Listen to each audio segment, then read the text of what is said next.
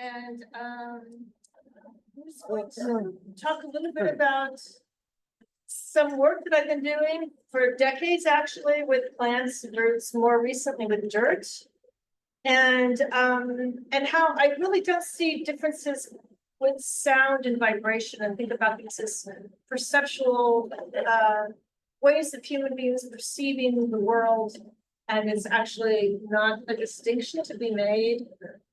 So in that sense, I'll just talk really briefly about some of the other pieces I've done with related to vibration and sound. And one is called vaginated chairs. It's listening through the vagina. You can also hear an embryo. I think there was a talk about sounds in embryo. I did a piece at MoMA, just really with these small microphones up the vaginas of participants in the museum, and being able to listen to the human body through the vagina, and the idea that the vagina is a third ear as a listening way of listening.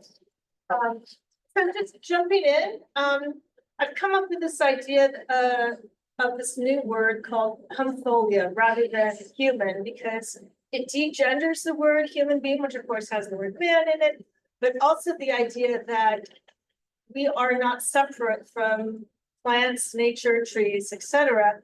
And I have different thoughts about how we are actually, we can think of ourselves differently as plants. And I've done different compositions and performances where the musicians change their identity before doing music and thinking of themselves as plants, which I'll go into more.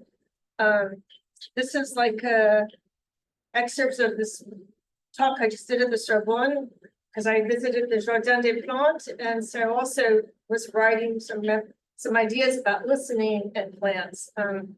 So this is one of the buildings at the Jardin des Plantes. This is one of the trees they discovered in France. Of course, other people discovered it before then, but that trees had sexual organs, and indeed you need to, the very famous pistachio tree in France, you needed to have a male and female pistachio tree, and this was not known until 1710 when we officially made the announcement. But the aspect of evolution of plant study and the movement of plants is very connected to the evolution, of course, of humans, animals, etc. And so this was discussed and researched, of course, by Charles Darwin. Very fascinated by the power and movement of plants. I actually have an early first edition of it. This is research that I'm doing now, and the idea is that these microphones are for listening to sounds above the threshold of human hearing. So, for example, at 20,000 hertz, there's a whole world of sound going on. Of course, as many of you know, that with that particular technology and microphones, we're not aware of.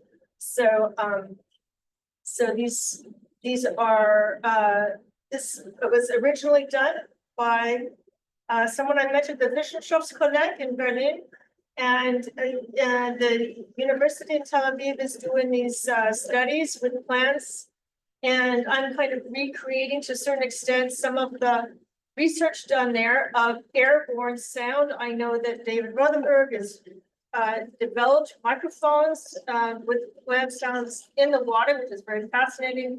And of course, as we know, water is a better conductor of sound than oxygen or air, but that now we're really realizing that actually plants make sound in the air. They do that mostly when they're distressed, when they're dehydrated. And so they basically make one click every minute. So it's not a whole lot of sound going on. It's very sparse. And another easier way to take a clipping of a plant, one of the plants, and then record that over a long period of time. So I think it's fascinating that there is this world of distressed plants that are making signals. And what they are making signals for or to is not yet researched. So it's not to say that they're communicating or they're doing these other kinds of things, but they're doing these, making these sounds that are non-structural. In other words, it's not the dehydration of the stem that's making the sound, or it's not some particular part of the material of the plant making the sound. It's the fact that these other parts of the plant are making these sounds. So this is really new research for me.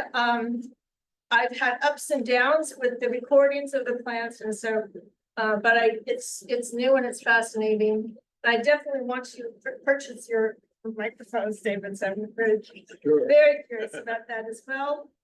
The plants that this is the research from Yossi Yosel from the University of Tel Aviv, and it's just recent 2023. And according to them, that they do have markers of whether of the species and of the plant. So it's also, and it's again, it's dehydration. I'm going to jump back in time when I did a lot of pieces for plants with the physiological response of the plants, and that was more sonification through medical equipment with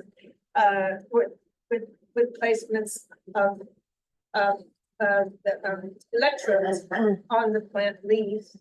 And actually, it was started from when I would work with brain activity on plants, and actually brains, of course, theta, and delta. There's all these. The medical equipment was very advanced, of course, because people care about brain activity.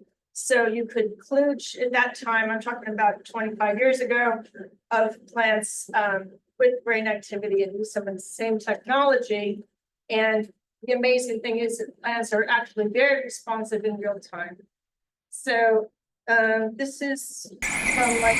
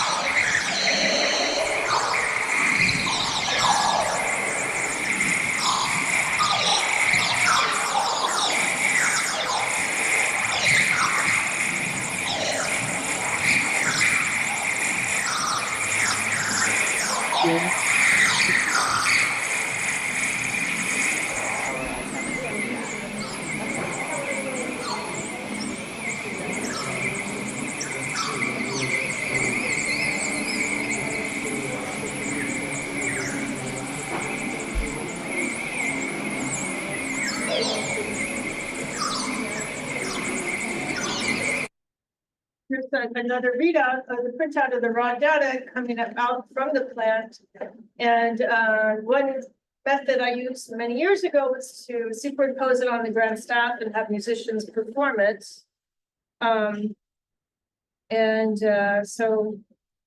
So again, that was, let's see, I don't have here, just bring up a little video of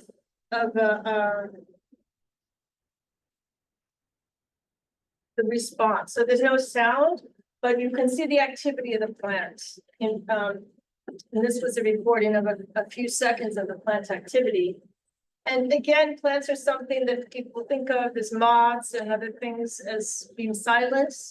But that actually there is a very vibrant sound world that although we can't hear, I think there's technologies where we are starting to understand how they're responding to their physical environment and how we can interpret that, whether it's through sonification or through visualization. There are other kinds of perceptions that people use.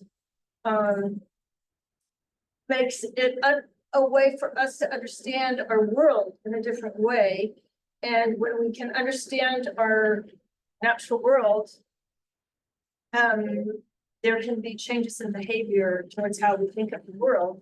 And that's a way of talking about how to readjust our identity as human beings, and instead of being on the top of the tree of life, to think that actually plants have an intelligence and a way of understanding the world that in some ways is more superior to human beings, and that we really need to reassess our identity as humans and rather as homophiles, so we can think of ourselves really as a part of, we have this plant biological part in us that we can also identify. Good question, do they know anything about do they suspect any communication between plants and, let's say, the pollinators in the insect world, for example, or anything of the sort?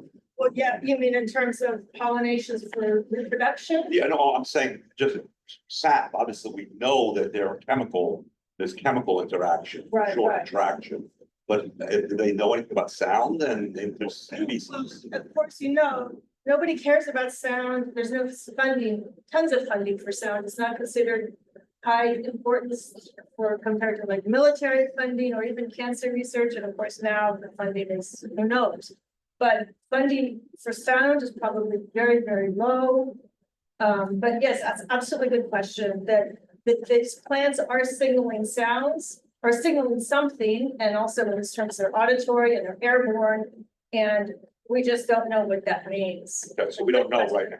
We don't know. No, and there's no research for it either. Yeah, Yeah, this is a topic that I'm pretty into, and so there's really limited research, but there have been a few studies, one of which shows that the sounds of plant roots grow towards the sounds of water.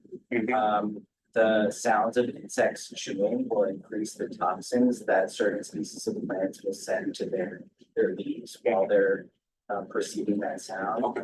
And recently there was, I think the first study I've seen where the sounds of plants are actually affecting when they're distressed and producing that sound. There's a certain species of insect that lays their eggs on that plant less when the plant is making the sounds of dehydration. wow, we have to talk. I definitely want to. That's fascinating what you're saying. There's like so few studies, as you Exactly. said, yeah. Yeah, and when I was doing work with sound with plants, like in the 90s, there was even less. I mean, it was just, and it was before they had the word climate change, because that came around, I don't know, but it wasn't used in those days. And so, so there was just, you know, plants are kind of the lowest thing on the tree of life. They're just stupid. There's the saying like the lettuce head, or just that they're the worst. They have no role, very little role, but of course, in terms of their role in oxygen. Granted, obviously, agriculture, Yeah, and it's so on, just there's a lot of money there. Just as an object for capitalism to consume or for something else. So the lack of respect for plants is, and the extension of that is to nature in general, and then just to be able to exploit it, you know, so I think, so that's why I feel that a new identification and a new word for human being to be like a hum plus foliage, that we have to think of ourselves as really connected to plants in a different way. And so that's, yeah, so thank you for your comments and questions. Just briefly, there was a mini volt that those pieces were done with, so from the medical equipment with the plants. And so I wasn't having the plants play Mozart or something like that, but starting with the actual sound when you hook it into the computer, what the sound is, and it tends to be kind of a white noisy sound. So there's the electrodes, and this is an old piece. I did it also with Aircom and New York University, although it's kind of, I don't know what happened just now. What happened just now? Was loud. Yeah. I think it's just quiet Okay. because it is coming through. Yeah. It's a bit louder. Sorry about that. But everything's been quiet in here. I don't understand. Okay. It's very spatialized. Good. And so this isn't really sound. This is electric activity. this is, it's sonified, but the thing is these have, the plants get stage fright sometimes with the lights, they get overstimulated and then they don't make any physiological response. They just stop.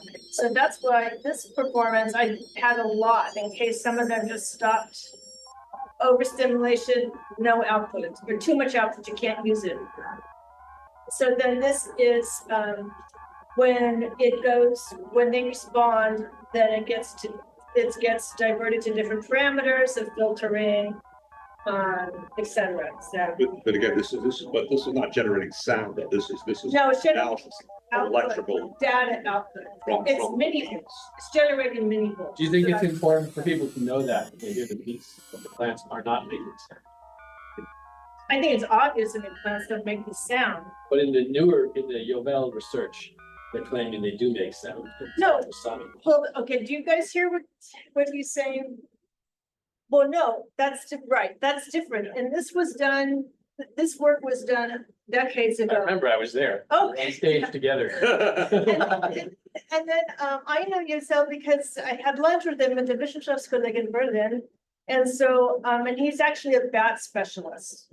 And he's not the plant person, but he says, I know all about the plants, so go through me. So I'm just trying to, respect that and go through him. But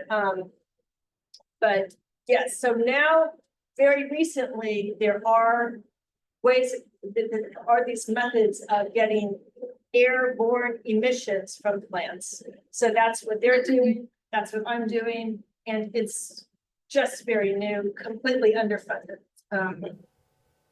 So I'm not going to talk about that piece. So I will just spend a couple minutes talking about some of my other pieces where the idea of plants is a metaphor of before those were literal responses and physiological responses and sound emissions airborne. And then this is other work that was done at a gallery in Berlin called Savi and some other places in Bonn University and Mainz and other places. So I like this idea of the plant as, of course, a being. The plant is a being. And I think a lot of different philosophers have talked about plants as a being. I had a quote here by Michel Foucault has been mentioned. And he also talks about tree and the being of a tree. And there's other more contemporary, Maruder, and also Lucy Garay talking about plants in the beingness of plants. So it's definitely in the air and being discussed about elevating what is a plant to the elevation of humanity. So we are not beginning not to separate ourselves so much from plants, but seeing them really as part of us and we're part of them. And this is a piece called When I Was a Plant. So the idea is the plant has its past, it has a memory, and then when you go and you touch the leaves, there's videos and sound that are perhaps what the plant experienced when it was a young sprout, or it's past. And so here's some shots of the video. And I think somewhere I have shots. Well, this is a bit, okay, and this is for the Toronto Biennale, and there's different people reading different stations of plants, and they're reading very boring data output of climate extremes, like the wind weather and the sea level, and just really broad facts that are a bit banal, very boring. And sometimes I'd like to use this boring data to show this contradiction that there's so much what's happening is so extreme, with the planet, but yet what the scientists have to say is so incredibly overwhelmingly dull when you look at all the statistics, but that there's a disconnect between all of the statistics of what's happening on the planet and also the extreme, the other aspect of climate damage going on. So there's this big contradiction. Are you proving that the plants go to sleep when they listen to this? Is that what it is? Well, so actually the plants, I'm really into languages And so they're talking in different languages, and they're doing in Spanish and Japanese and French, German. I don't remember what else. And so they're reading out the data in these different languages, you know, that sounds like a bunch of numbers and stuff, and cities and dates, and so we can imagine, but it's just this boring data. But actually, it's very extreme what's happening. And that's more data strewn on the floor. What's that? This They were is kind of winding running, down. okay. Okay, so I have to run through. You could just pick one final really cool thing. Okay, this is a piece like called Plant People in the Forest. And they had to imagine themselves as plants before they put on the plant outfits. And we go through the forest and they play different organic instruments. In this case, it actually is more, you know, traditional instruments, but other times they use sticks or other kinds of organic leaves. And it's the idea of really feeling just these traditional processions through the forest. Is this a ghost ensemble? Someone saying something? They wanted to know if it was the ghost ensemble, Yes, it was. because they recognized Ben Richter's accordion. Oh, yes. They were so great because they were just like, what do you want us to do? And they were just really willing to do that and really willing to think of themselves as plants, not as musicians, not as adults, not as people. Oh, okay. Sorry.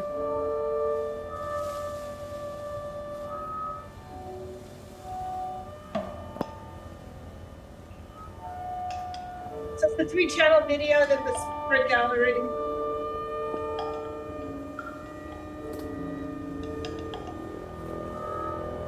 Okay, so let me see. I just want to say one more thing, and dirt, just the dirt, and I won't play the sounds, but I record dirt and I put it in dirt geometries, which is the Fibonacci series that I've created that. And then ending with the shot of vibrations, because again, I think of sound vibrations as very much the same. And this was just done as part of the Miller Theater. I had a portrait concert with International Contemporary Ensemble. And I had all of these conservatory trained, highly trained virtuosos on the floor, testing different resonating surfaces with these vibrators. And then, of course, they went to their instruments. and Anyone played. play guitar with them? What's that? Anyone playing guitar with them? Guitar? Like a slide? No, Okay, but, forget it. so anyways, that's my talk. I know you have to, Maybe Robert Yes. If we can take one question before we move on to. Yeah, one question. Fart laughing. Dan, yes. I know this is a super annoying question, but I was curious, because I know less about your work than I would like to. Do you think of yourself as a performance artist, or like how is there a category that you would put yourself in? No, I don't believe in categories at all. Yeah, I think that the job of an artist is to not be in a category. but you think of yourself as an artist, you would use that word. I've been doing this since I was like a kid. Uh-huh. I've been, but if I choose anything, I'm a composer. My main thing is I write orchestra pieces.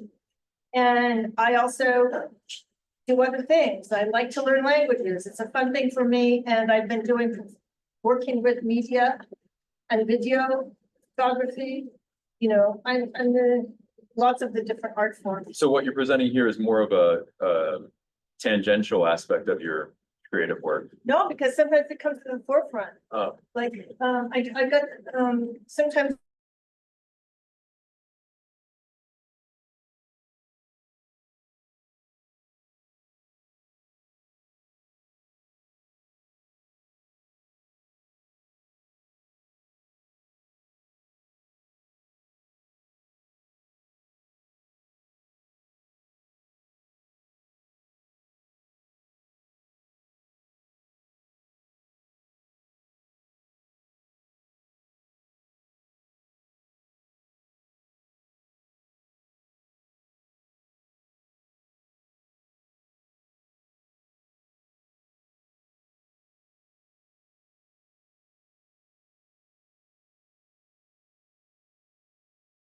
say all these crazy things, how would you answer that? Well, as artists, you have freedom to interpret however you want. And I know I don't have to apply for like the nature grants. So I can really have, I'm doing my research. Those microphones are really expensive. I bought them myself. All the stuff, like it's from my hard-earned money. It's not from, and in that way, I can do whatever I want with my results. Are you saying they don't pay for their own equipment? Sometimes they do. But the scientists, they're reliant on the institution in a way that artists are not. I can go into my studio, I can make crazy music, sounds, ceramics, and maybe nobody wants to buy it, that's fine.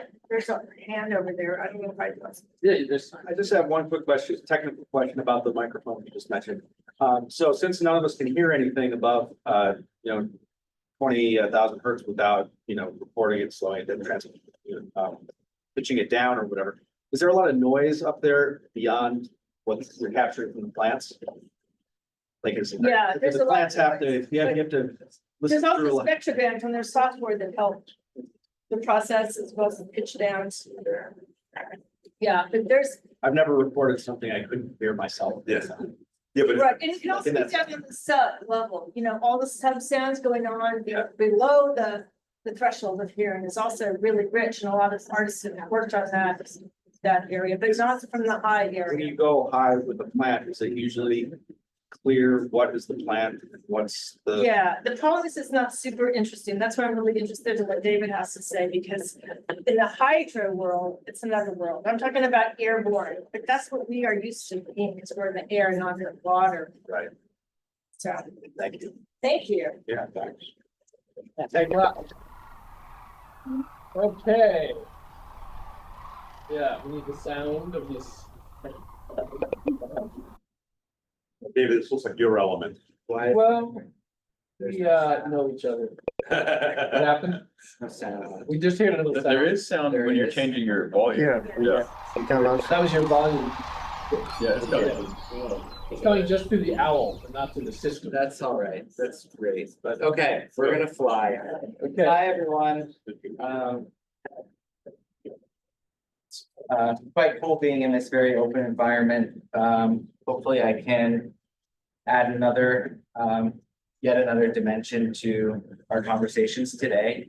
So here are three species that are actually not quite deaf, but on their way to losing their ability to perceive sound. So this is a Pacific field cricket, quite an interesting context in Hawaii. A fly came over, parasitoid fly that's eavesdropping on these guys. They're becoming silent and also losing their ability to hear. Here's a cave fish, probably not that much going on. They can perceive low frequency vibrations, but their hearing's on the way out.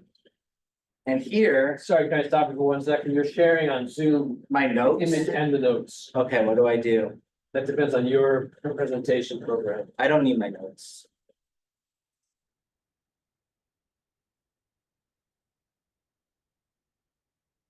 Let's share my screen.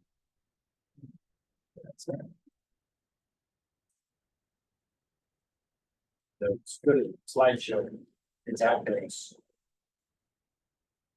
Yeah. Yeah. The cave fish That was Still good. has notes.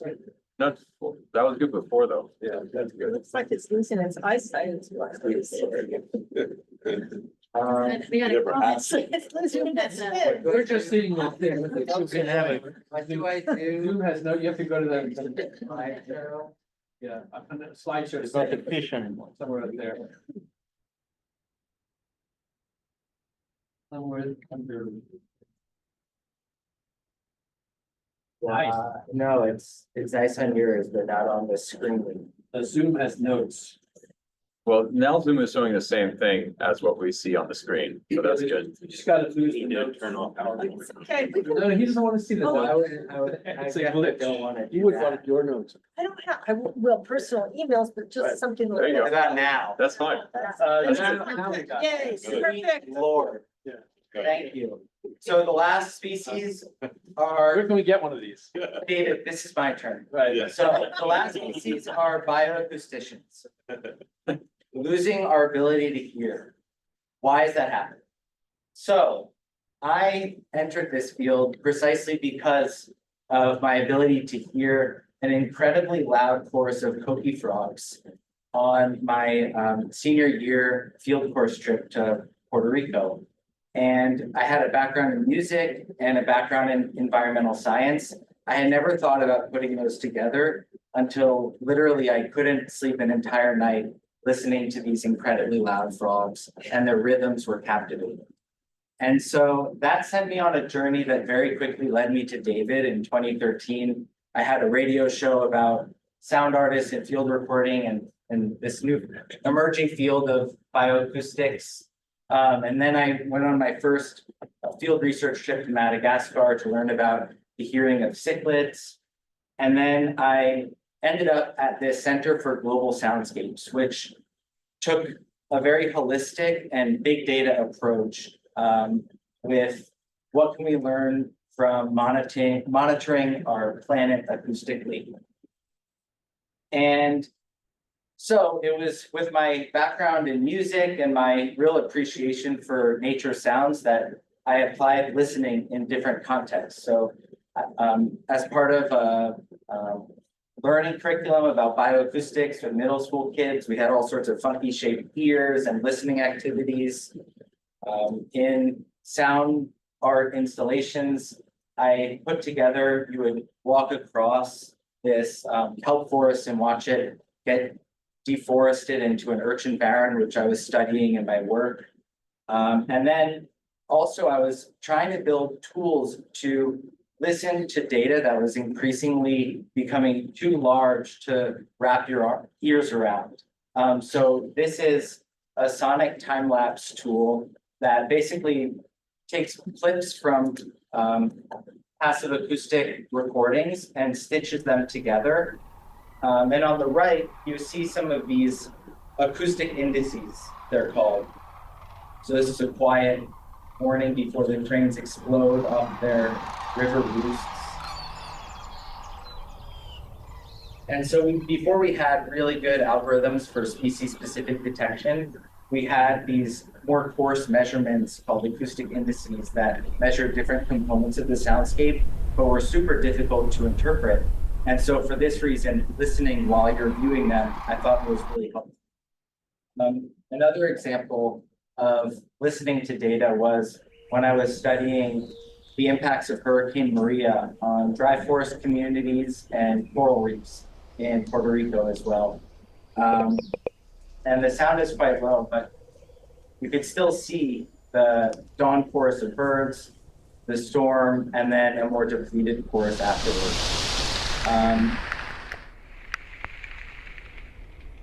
And this, I have to say, the Yeah. paper towels affect the UV sound. we can talk about that soon. But it also informed my scientific Okay, yeah, I approaches got at the time. Oh, I see what you're saying, yeah.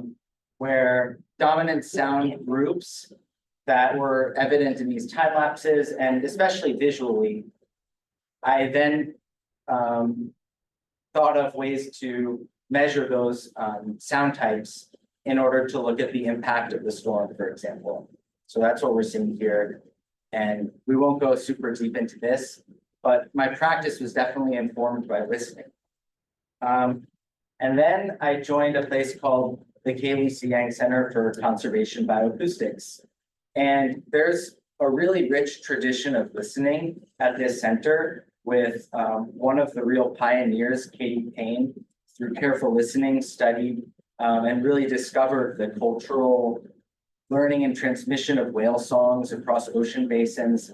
And then with her experience singing choir, she was able to feel the infrasound of elephants based on her time growing up as a musician.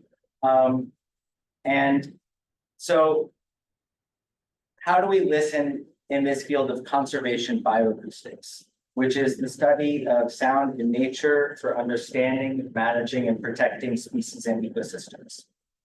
Because this emerging field increasingly relies on larger and larger data sets to answer questions at landscape scales that can be useful to managers and governmental agencies and NGOs.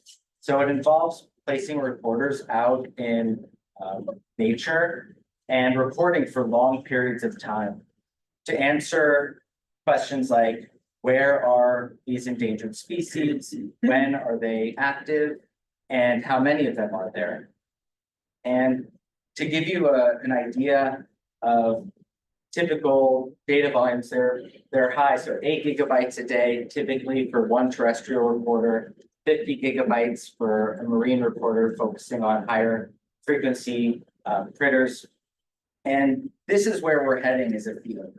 So this is in the Sierra Nevada mountain chain, and these are 2,500 recorders that are deployed every summer in order to monitor the endangered spotted owl. And so it's over 1 million hours of audio is collected in about 30 days across these sites.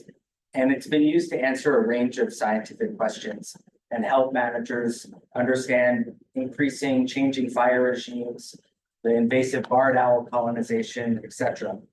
But, and not to mention, I added this in just to say, I think we talked about neural nets once, and that they're really difficult to interpret, and yet they're now becoming the most powerful way to analyze both the sounds of individual species.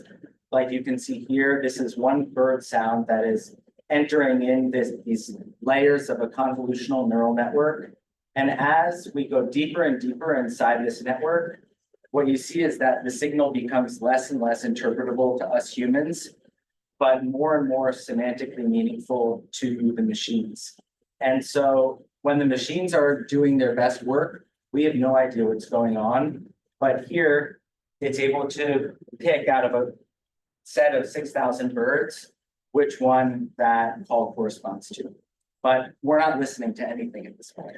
One quick comment, does that mean the way the machine is identifying each bird is totally different from how we might hear that bird? We don't know. I mean, here is one layer where you can see, in some cases, it's picking out the outline of the signal. In some cases, it's more tuning into the texture, but it's unclear at the end what it's really using. It's good at it. Yeah, better than us, probably. So in this changing field, the question that I want to bring to this interdisciplinary listening conference is, what is the role of listening?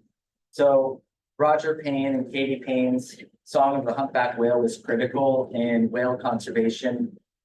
And now, are we using bioacoustics mainly for this big data approach to wildlife monitoring, or is there some way where these two different approaches can harmonize with each other and we can find ways where we can have both of these ends of the spectrum in our work?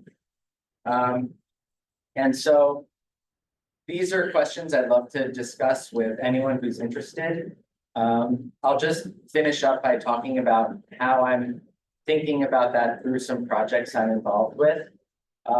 So I'm on the capacity building team at the Young Center, and we're trying to solve this current gap in where acoustic monitoring is currently being done, mostly in North America and Europe, to where most of our terrestrial biodiversity resides, which is in tropical environments that might have limited access to the technologies that are needed to do this at scale. And also there's a need to, share and work with scientists in that region so that they can learn the skills and approaches needed to do this work.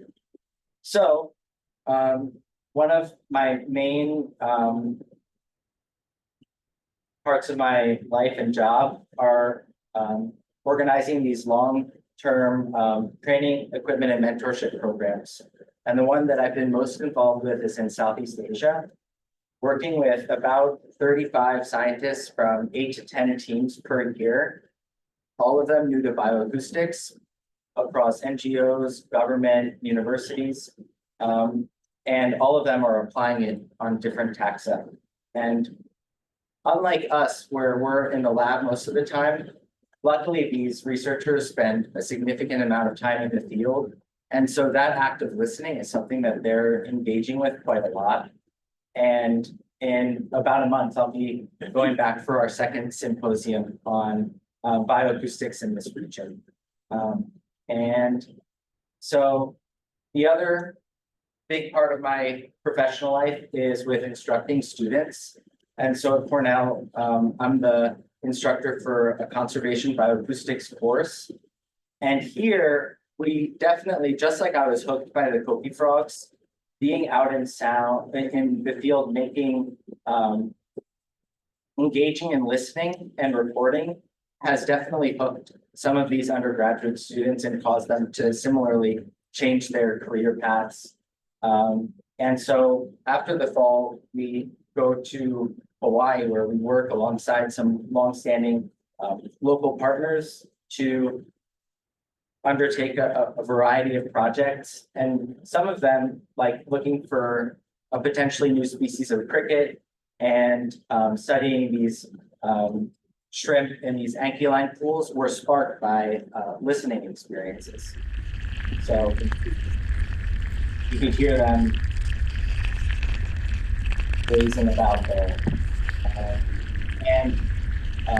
From the last presentation, which is like what money goes to, if you look at bioacoustic studies from the last few years, I think one of the most cited is about shrimp chewing, because in agricultural shrimp farms, that's one way that they're not using to monitor shrimp.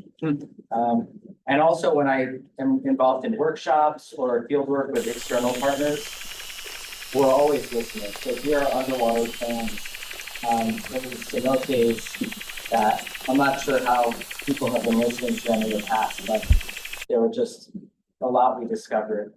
And then also another area that I think we can hopefully work together in some capacity is with collaborating with musicians and sound artists. In this case, I worked with my friend to make a composition out of not all, but around 23 species of endemic birds in Colombia. And that was played at the first Colombian Bioacoustics conference and caught on. You know, people really, I think, they like these compositions that are tied to some either local conservation interest or more regionally focused. So some questions I'll leave you with and hope to discuss. In this age of big data bioacoustics, what role does listening still play in our research and discovery? What listening methods or tools can help us stay connected to our data and make it more accessible and meaningful? And then in bioacoustics courses, how can we carve out the time and space for listening, and what approaches have to your work? And yeah, I think we'll have some time here to discuss, but please, reach out. Here's my email. We have a talk series called Bioacoust Talks, where it's like an interdisciplinary bi-weekly series on different topics and tools in bioacoustics. And then our center, if you're interested in learning more, that's our website. So thanks, everyone. Doing your machine learning analysis, is that a team member in your Yeah. lab? We have a team in Germany that's part of our lab, but based in Germany, and they're probably like 10 people and computer scientists and engineers that have. Stefan developed BirdNet in 2017, which could, at the time, classify a few hundred species of birds, and now it's over 6,000. And they've also developed a usable tool, a GUI that you can use to retrain BirdNet to classify the sounds of anything you want. So you give it a few examples of my voice and your voice, and I don't know, anything, and it'll retrain BirdNet to find those. And that's now been made into a GUI that's becoming very popular because it's actually quite useful. To a what you said? Like a Graphical user interface. Yeah. Like that. Yes. Yeah, how do you validate those neural network results? So that process is, it's based on human review still, where you typically, an accepted workflow is you'll train your model, you'll run it on some test data set that you've manually labeled. And then you'll basically evaluate, how well the model did. Or you could generate examples, let's say 100 examples across the range of, the model will tell you it's a cardinal and it'll give it a confidence score between 0 and 1. And so you could assess across that range to understand the probability that the model is correct across the range of scores. Yes. I think actually, so, when you're asking this question about what is the role of listening in this professional context. Something that I'm thinking about, because I've thought about it a lot in my own work, is that there are models of listening in bioacoustics that are designed to identify species. Where the purpose is the identification of species. And then there are models, like the album that you showed actually, where it feels like the purpose is more to identify with species. And so I was just wondering, this is something I don't have an answer to, but I've thought a lot about it. I'm sure you're thinking about it in different ways. And other people are too. It's clear to me that Miya is thinking about this also. What does it mean? What would outcomes mean to think about identifying with as a model for listening and as having its own value? Yeah. I don't know, but one thing made me think of papers, academic papers. Now there's opportunities to submit graphical abstracts. And when I'm doing bioacoustics work, I'm always making a folder of cool sounds or compelling sounds that I'm stumbling upon. And so I don't know within that academic framework if there's, an opportunity to have more of just here's the sound of this bird that's not necessarily for you to evaluate as data in itself, but this is the environment that these sounds are coming from, the species that I'm working with, in some authentic or aesthetically engaging form. I don't know. I will think about identify versus identify with. Yes. About the spotted owls, how long does it take to deploy 2,500 passive acoustic monitoring devices, and how long are they in the field, and where does that funding come from? And is that just one example and lots of initiatives like this, or is that an exceptional example? That's the first of what I think will be quite a few.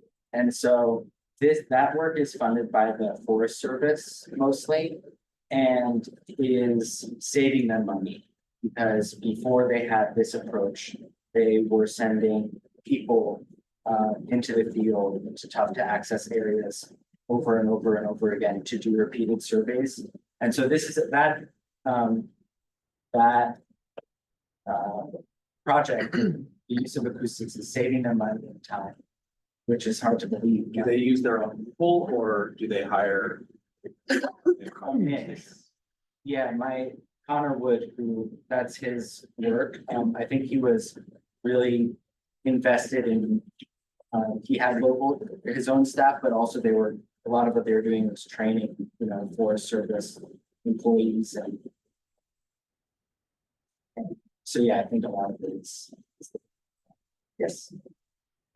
That early photo you had of the guy with the 2 huge cups, is that a military device? Yeah, so I was sort of cheating, but there's a website that has a compilation of these soldiers whose jobs were to listen to different things. And so they're incredible contraptions, little ears, there's one, all different shapes, similar to how animals have different ears depending on their functions. Right, and before radar, they had these amazingly huge receptors for sound. and for military, and like that was one of them. There's some that like a football field long or The different giant thing meant. telescopes, but just. for- Yeah, and they were just meant to try, and then there's reproductions of those, at different museums, acoustic museums around. But But of course, it's, there's no limiting on those devices, so if there's a loud sound, you completely blow out your ear, right? it doesn't Yeah, happen, they're not I worried think- about it. The main reason was for detecting very faint sounds, like, Right, but you never know. You never know. Unless you have some limiting procedure on it, like something could. yeah, but there's also no, yeah, That wasn't a In problem. other words, you're not gonna put those on. No, I'm not putting it on. yeah. I wonder how much amplification there is added from some of those different contraptions. I bet it I would, think it's a lot. yeah, I definitely think that could be like a risk. I mean, if somebody like shot a gun exactly in the direction that you're aiming at.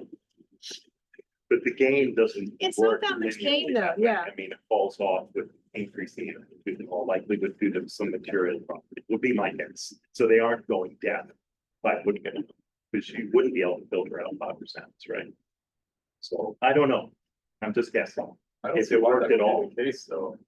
I don't know. Like, it's just, it's same as if you're taking a large area of light using a lens and putting it onto a small point. It's very, very dangerous to do that even with the light of the sun, because you can literally melt rock.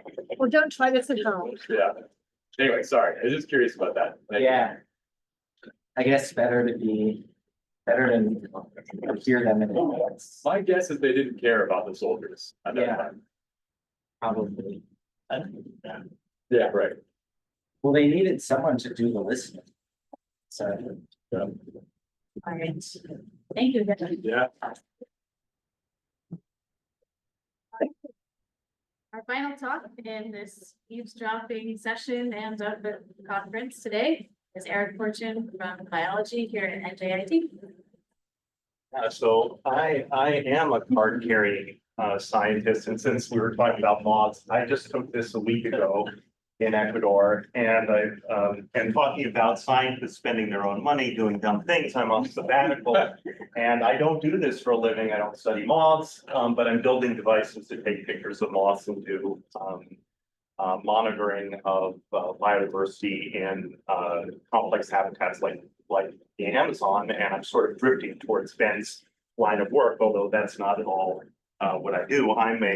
I'm a card-carrying neuroscientist, and so for me, sound is a tool that I use to understand how the brain works. And so instead of engaging with the complexities of sound, I'm constantly trying to have sound be as simple as possible so that I can deal with the complexities of the brain. So you know, one way to think about sound is, especially in terms of animals like us, is that I have a set of neural codes that are going on in my brain right now, and some of those are activating my vocal centers, which are causing me to emit sounds.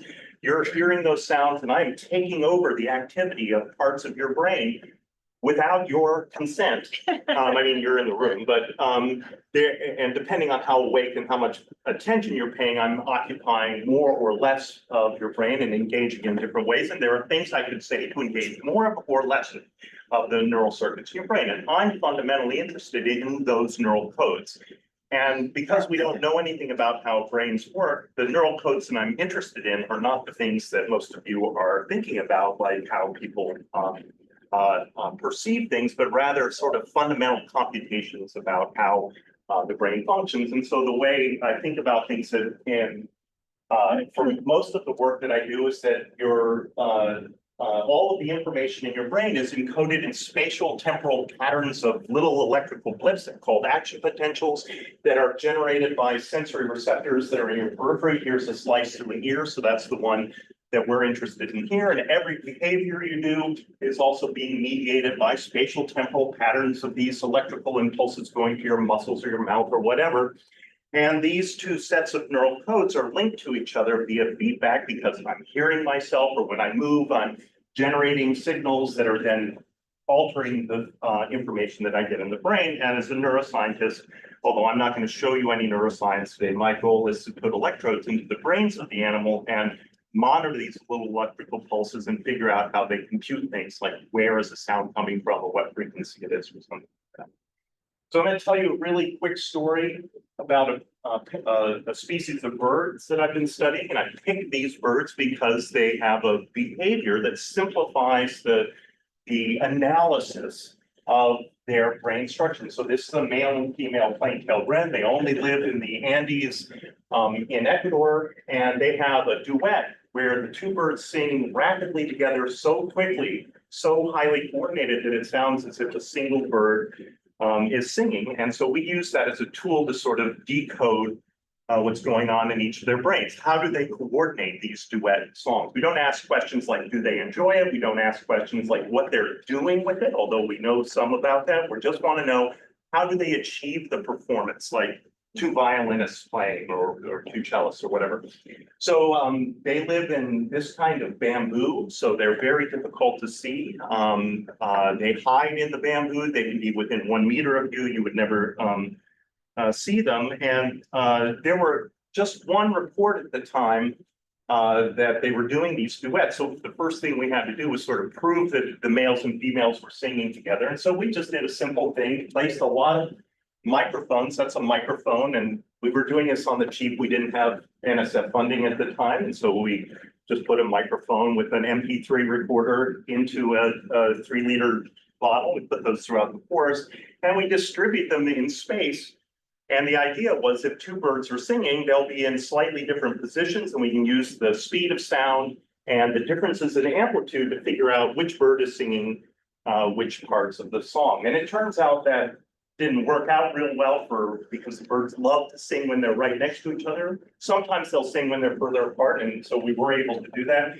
And then this is a species-rich area, so there's over 300 species of native songbirds that are generating songs at the same time. So you have to segregate that out as well. But anyway, and we can't hear the birds, so so these are a male and female, and you can see they're duetting. And we can capture them, and they'll sing in the lab, and so I can show that they can coordinate their duets based on acoustic properties alone. So here we just put an umbrella between them. We can put them at different distances from each other, and of course we can see that they're singing duets with them.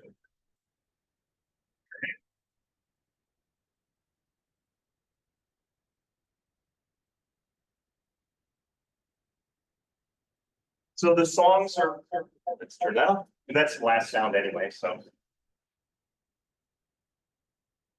Yeah, it's the last. Or if you mute the Zoom. Yeah.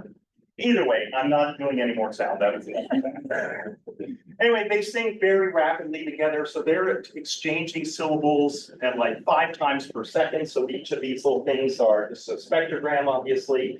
And so the males and females in magenta, males in blue syllables, and they sing in a certain pattern, and we know a lot about that.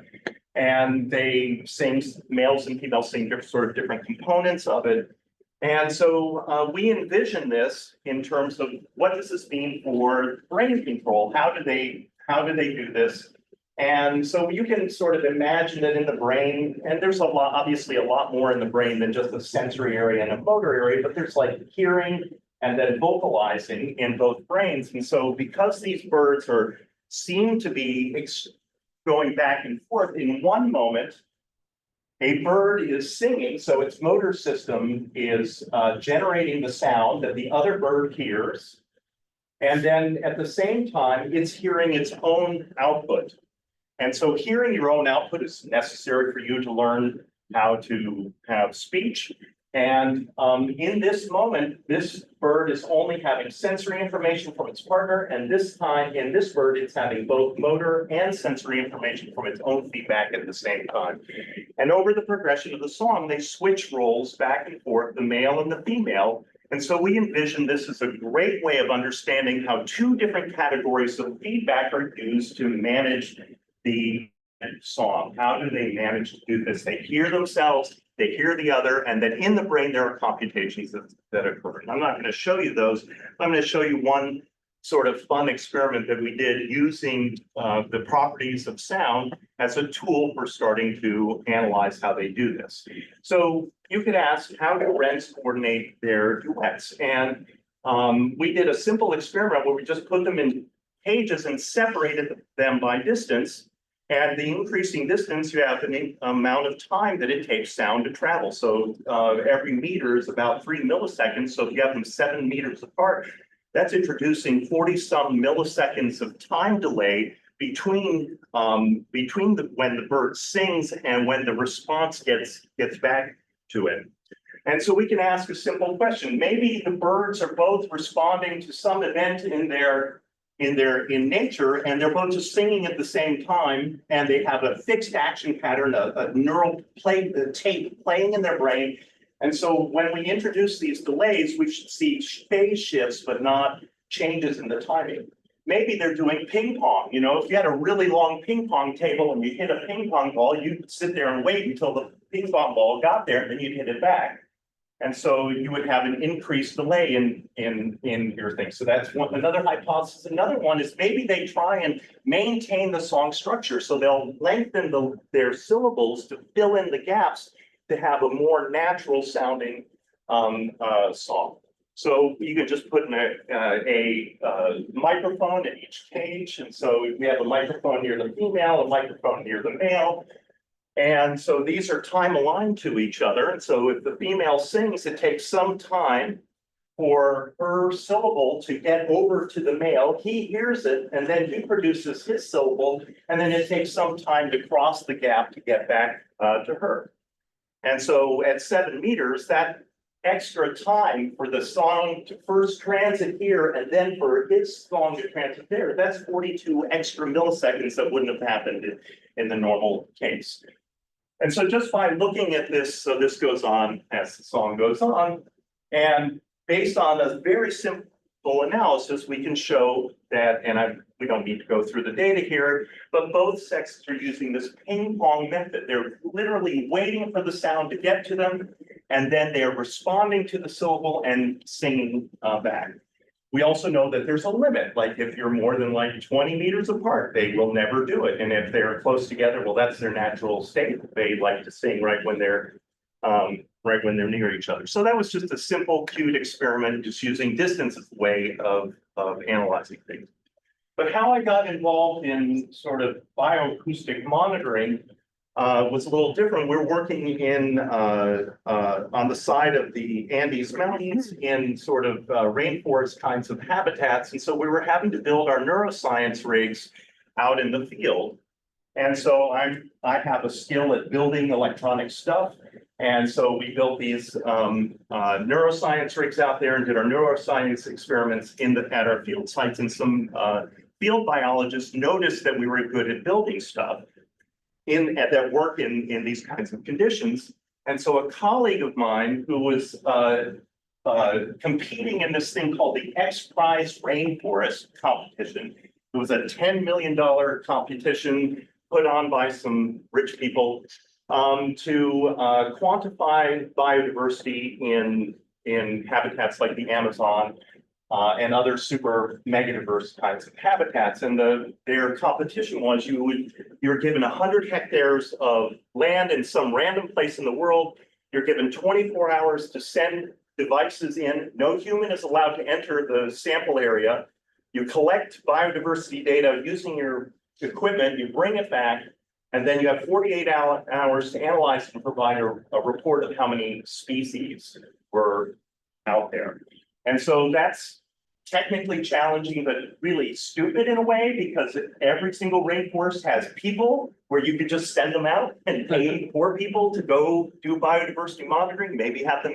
Anyway, I still participated in it, and we still built a lot of complex devices. And so one of the devices that we built, and I can't take credit for this, is our Canadian colleagues, was this thing called the Nature Node, and it's got a series, an array of electrodes, an array of microphones built onto it, and a GPS sensor and little tilt sensor, and we put about 10 of these out into the field at distances of like several hundred meters apart from each other.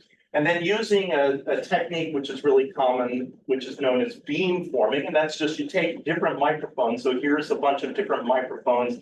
If you have a sound source, the sound will arrive at different times at the different microphones. And then using a brute force method of delays, you can then figure out, these are the delays, when they all match up, and then you can assess based on the delays to each of these where this thing arrived. So it's a pretty simple but computationally intensive kind of thing to do. So we were able to localize animals in their environment, and then we use acoustic signatures, sort of like what they do at Cornell, the Macaulay Library, to identify different species. And we identified like 134 species of birds during that time. Now, I'm just going to show you a quick video of that's the sizzle reel from our competition, to just sort of show you what the things look like. And that'll be that. So since we're not allowed to go into the forest, everything had to be delivered by drones. So this is the sensor pod. There's the drones going back and forth. Beautiful piece of forest. This is near Manaus in Brazil. And here we are dropping these devices onto the canopy of the rainforest. So into like ceiba trees and all sorts of other species of trees. And these things have these acoustic arrays. They also took pictures of bugs, so you'll see this thing flashing on and off, and has a UV light to attract moths, and then we take pictures of the moths and then use AI to identify the different species of moths. And so we took photos of something like, 300,000 insects. This is the tracking of individuals as they flew through the forest. So these are like toucans, and they're calling every few meters while they're flying through. And so using this array, we're able to identify where the individuals were.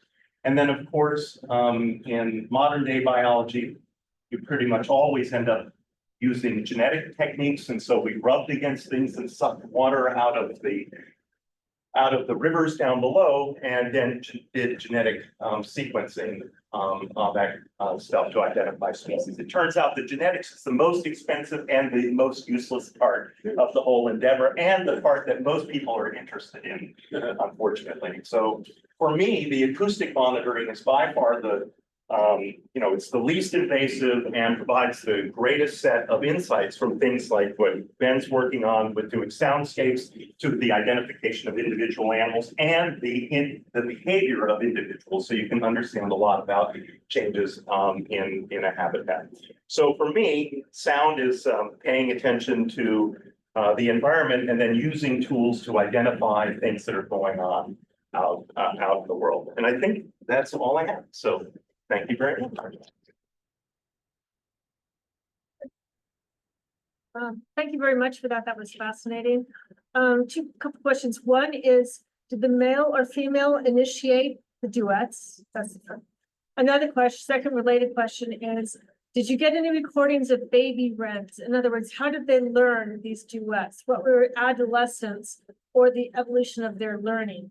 Yeah, so, okay, so bunch of really cool questions built in there. So first part, who initiates duets? And it turns out both males and females will initiate duets, but they have a separate behavior, especially males. They will run around and and it took us years to discover this. They have this very quiet syllable. They like boop, boop, boop, doing their little syllables. And if the female joins in, she starts singing, he will match her amplitude and approach her. So the females determine sort of the cadence and when duetting occurs, but the males are sort of pecking at it quite a lot of the time. Males make a lot of errors, females don't. Males will drop out, the females keep singing, and the males will join in. Both animals can end the duet. We don't know why they end. What are you calling an error? We don't know what we call an error, only because it's a change in the pattern, and then they recover and keep doing it. Is that a scientific term? No, we're just made it up. Okay. I mean, I should not call it an error. We don't know what it is. It's deviation, didn't produce its syllable, failed. It's silence. It's golden. I have recordings of it, and you wouldn't think it has the female will actually wait for, I mean, quote unquote, now I'm anthropomorphizing, but if the male fails to sing, the female's syllable is delayed compared to if he does sing. So you can have like a pattern where they're singing for 2 minutes and he misses like 2 of them. And her syllables are delayed by like 40, 50 milliseconds relative to if he sings. So his feedback, if he sings, hearing him sing causes a phase advance in her singing, and the missing syllable causes a phase delay in her singing. But her central pattern generator seems to continue rolling. So there's an impact, but what it means, we don't know. We do know that, like, so we don't know about development. So we don't know about what juveniles do, but we know we've taught them, kilometers apart from each other. And so, and you bring them together in the lab and they will duet together. And it's kind of amusing because the females will always duet with new males, and their duets are quote unquote terrible compared to, so they'll be singing a 2-minute, highly coordinated, very well-timed thing with their male partner. We introduce a new male and they will sing 10-second long, junky, very less well coordinated with the new male. When you say less well coordinated, you mean in terms of time, like so It's many scary to be if the milliseconds. timing is not as good, and they will sing on top of each other a little bit. All of the things that characterize and their song when they're well practiced with the mate are not there. It'd be the same as if you were playing music with a new partner, or if you weren't particularly skilled, right? You takes a moment to get coordinated, and it takes them time to get it. Have you recorded the coordination process for new pairs? Not enough of it to publish it, but some. I mean, that's so interesting. Yeah. How fast is the hocket? Like, what is the tempo that each one is chirping at? So together they're doing 5 or 6 hertz. So half of that. So each individual is producing 3 syllables per second at their fastest. I'd be curious, there's human musics that involve very fast pocketing, like flamenco clapping, or there's certain. Indigenous singers. Yeah, I was really angry.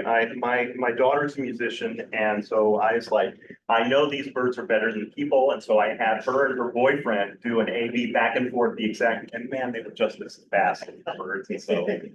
Well, people You can can do do it. it much faster than. Yeah, and they can. Than 5 hertz, Yeah. yeah. Yeah. Well, I have, it was fascinating, thank you, and I have a couple of things that unfortunately are less questions than comments. I hate to do that, but they are relevant. So the first is I've gotten really deeply into the field of ultra low latency audio since the pandemic, and I actually have a startup. We make the best app called BarPlay for people to play music through the internet together. Yeah.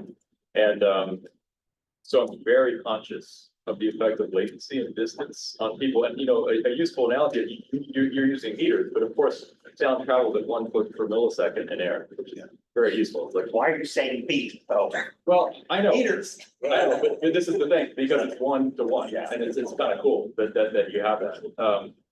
And so in musicians playing together, not only are we aware of this because of the app, but also there are academics who use our app to find things. You realize that the exact same thing happens. Like they're basically, humans are comfortable, don't even notice latencies up to 20 milliseconds because we're used to playing with another human up to 20 feet away from us. And then over that, there are certain types of music that become impossible. And of course, you adjust by expanding the lengths of your notes or waiting a little bit, and the tempi starts to slow down. All these very interesting effects, and there are different styles of music that are more or less conducive. And it's just amazing that it's like the exact same things that we're dealing with here. And so neurologically, it must be interesting to examine humans in this way too. I'll let this harder. Well, we're less able to place electrodes in human brains. Yes. Actually, in fact, we're not allowed to do. I mean, that's part of the reason why we study these birds, is because we can place the electrodes in their brains. So I do have insights into what's happening neurophysiologically. And so I know that there's an inhibitory rebound, which is a phenomenon in neuroscience from hearing the partner's song, which causes a phase advance in the activity of the central pattern of the brain. Which that's all straightforward stuff. And either you know the words or not, but yeah, I can explain it to you. But it's amazing you can actually see that at the neurological level. You can. But just that the second thing was, the discussion about error and male and female immediately reminded me of the bata drum tradition in Cuba and then West Africa, which I studied it a bit. And what's interesting about it is that there are 3 drums, and there are 3 different sizes. There's the Iya, the Interdisciplinary, and the Bioacoustics. And each one has 3 different skill levels. So young, talented musicians can start with the Interdisciplinary, and the Iya is actually the leader of the group. And the real functional differences between what each plays is that the Iya is improvisational. So the Interdisciplinary will always do something like, or other complicated things. And the Iya could drop out, could come back in. It sounds kind of similar to the roles of the male and female. I mean, we don't know, so why do birds like this duet? And so lots of species of birds, only the males sing. And in these animals, they live on the same territory all year long. And so there's sort of 2 hypotheses why they sing together. One is mate guarding. So in this habitat, you can't see where your partner is. So if you duet, you know that the other partner is within a certain proximity. So that's a hypothesis. And the other one is that they are defending these territories over longer periods of time. And so they need more stimulus, more acoustic output. So birds that sing together have a more acoustic output than a bird that's singing by themselves. So that's a bigger or more honest signal. So Okay, it's very gender related with this male and female. Is there a success rate for mating after what you're calling non-erroneous coordinated sound? What is the result then? The ones who are able to successfully create coordinated duet, or the males can then mate when there's successful acoustic output with the female? What's the situation? We're desperate to know that, right? Like, we have a hypothesis that the females are judging the males based on their ability. That's a hypothesis. So they're listening. So the idea is that they're listening, and we did one experiment where this is not a test of that hypothesis, but it sort of gets to a little bit of that. You'll see why. So we have hundreds of examples of these birds singing. And so when they were anesthetized and we have electrodes in their brain, we played back different songs, hundreds and hundreds of songs of these animals. I know it's very gross, but the neurons in the brains pretty much of every bird prefer the same song. So basically we're interpreting that, and it's, again, interpretation. I don't believe what I'm telling you, but I'm going to tell you anyway, which is that these guys have a canonical best song. Right. And all of the brains agree on what the best. And how do you know preference? Is it dopamine? It's the numbers of action potentials and the coordination of those action potentials. So you can measure them in terms of phase locking and the total numbers of action potentials that occur. And that's known to be like a marker of pleasure, or it's not a marker of pleasure. We're not measuring it in a part of the brain where pleasure would be associated. And it's just like that. It would be like a sensory filter. It'd be like a resonance. So these neurons are sensitive to a complex acoustic feature in the environment, and they're going to be more active when you get the right signal. And if you deviate it, so it's not so much that they prefer; it's that they recognize.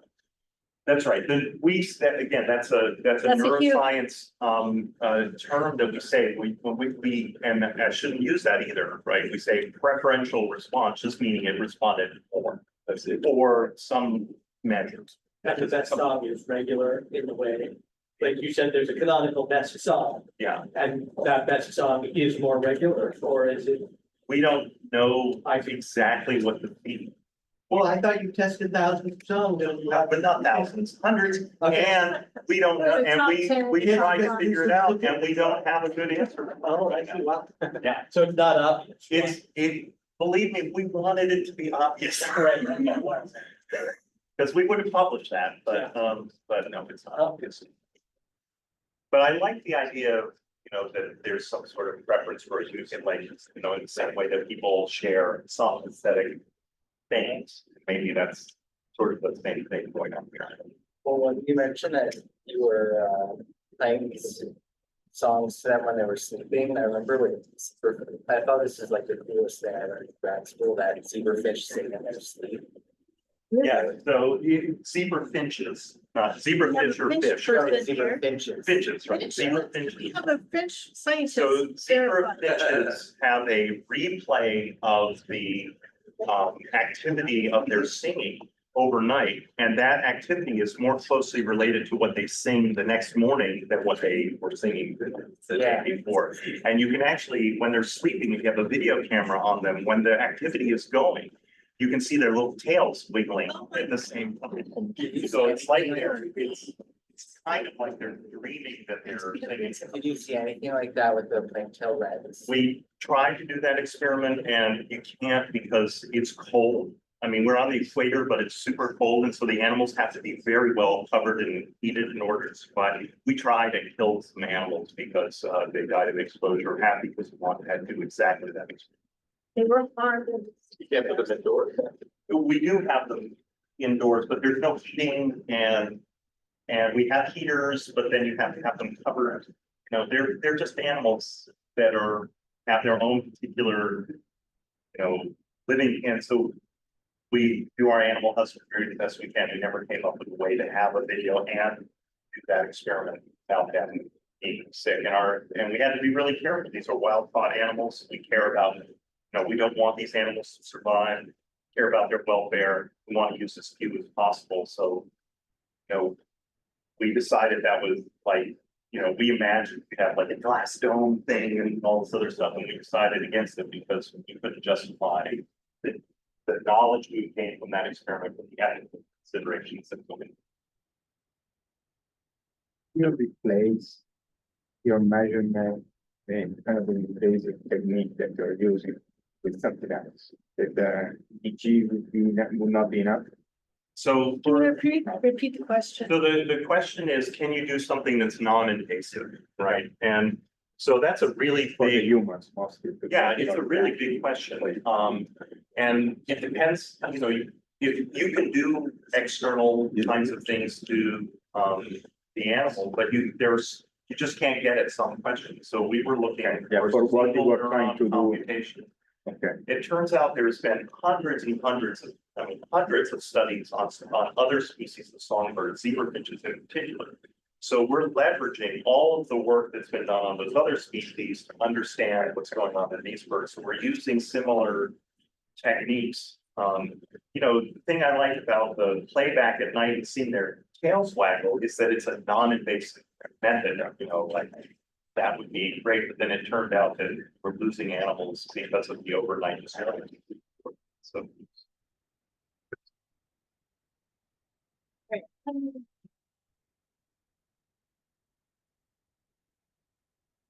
45 minutes past our scheduled end. We should wrap it up, but thank you all so much for coming today. I'm really looking forward to continuing this conversation over dinner, and you want to say something final? Thanks so much, everyone, and thanks everyone who's been beaming in. Yeah, we've had a We have really a large good number of people audience. stay all day, which is impressive. And we're so happy we brought all of you together. We're now gonna have dinner. Let's see, Hannah, is everyone coming? How many people are coming? Where is it? Down the street. Like 20-minute walk. Wait, so you raise them.